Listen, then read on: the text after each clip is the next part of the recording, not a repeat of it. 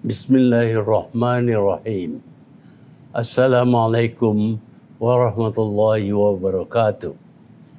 Tuan-tuan dan puan-puan, terlebih dahulu saya ingin ucap tahniah kepada pihak penganjur kerana telah berusaha serta menjayakan program Himpunan Penyatuan Ummah pada hari ini. Ianya satu penyataan bahawa kita mahu bersama-sama untuk memperjuang agama, bangsa dan tanah air kita. Walaupun kita telah bergerak keluar dari kepompong sistem feudal kepada konsep raja-raja berperlembagaan, raja-raja ini tetap kekal berbangsa Melayu selagi ada bulan dan bintang.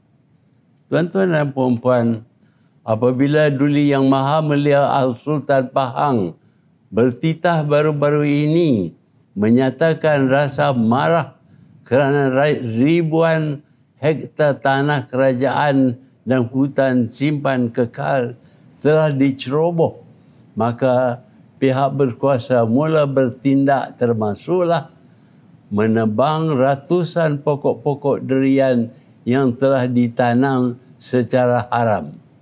Malangnya, ada wakil rakyat bukan Melayu yang tidak acuh dengan kegusaran Al-Sultan yang melaksanakan tanggungjawabnya sebagai Sultan berperlembagaan dan sebaliknya bertindak mempertahankan peneroka-peneroka haram serta mengganggu usaha pihak berkuasa menjalankan tugas.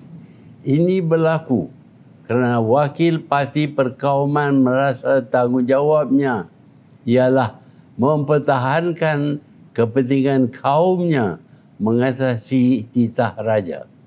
Perkara sebegini sepatutnya memberi kesedaran kepada orang Melayu bahawa walaupun pemimpin-pemimpin negara terdiri dari orang Melayu, tetapi apabila kuasa politik serta falsafah perjuangan mereka tidak berlandaskan bangsa dan agama, maka kepentingan orang Melayu akan terhakis. Ini berbeza apabila orang Melayu berjuang untuk memperkukuhkan kedudukan bangsanya, kerana jika kuat dan bersatu bangsa Melayu, bertambahlah daulat raja-raja Melayu.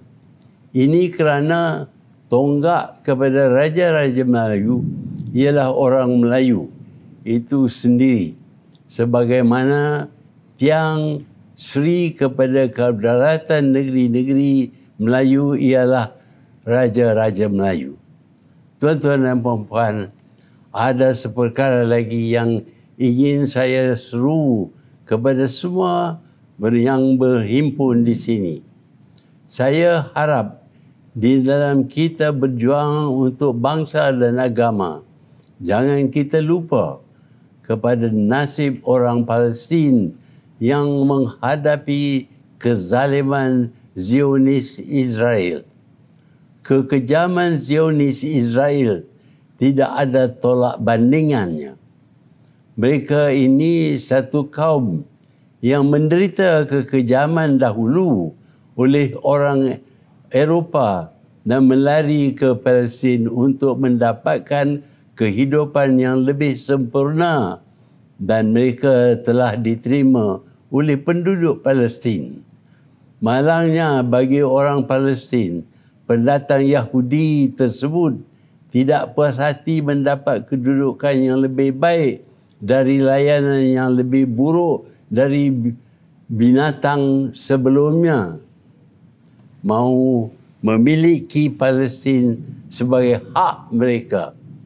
Dengan sokongan orang Eropah, maka usaha mereka mengambil alih bumi Palestin berjaya, dan usaha menghapuskan sepenuhnya orang Palestin berterusan sehingga hari ini setelah lebih 70 tahun.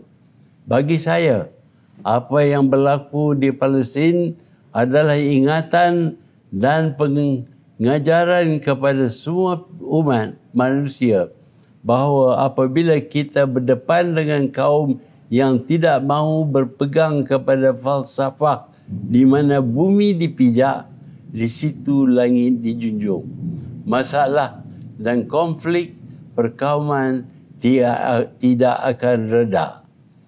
Tuan-tuan dan puan-puan, saya berharap perhimpunan ini dan juga yang akan diadakan di masa-masa hadapan akan datang berupaya menimbul kesedaran di kalangan orang Melayu bahawa usaha menghakis kedudukan kita sedang dan akan berterusan. Saya cuma mampu memberi ingatan kerana perjalanan dan perjuangan saya sudah semakin hampir ke penghujung. Janganlah apabila sudah tergadai seluruh tanah air ini, baru kita mahu menyesali nasib dan menyalahkan orang lain. Allah Subhanahu wa Ta'ala tidak akan mengubah nasib sesuatu kaum jika mereka tidak berusaha mengubah nasib mereka sendiri. Ini janji Allah Subhanahu wa Ta'ala kepada kita umatnya. Sedarlah, bangunlah dan bersatulah kita. Ubahlah nasib kita sebelum kita hilang di arus zaman. Terima kasih. Wabillahi taufiq wal hidayah. Wassalamualaikum warahmatullahi wabarakatuh.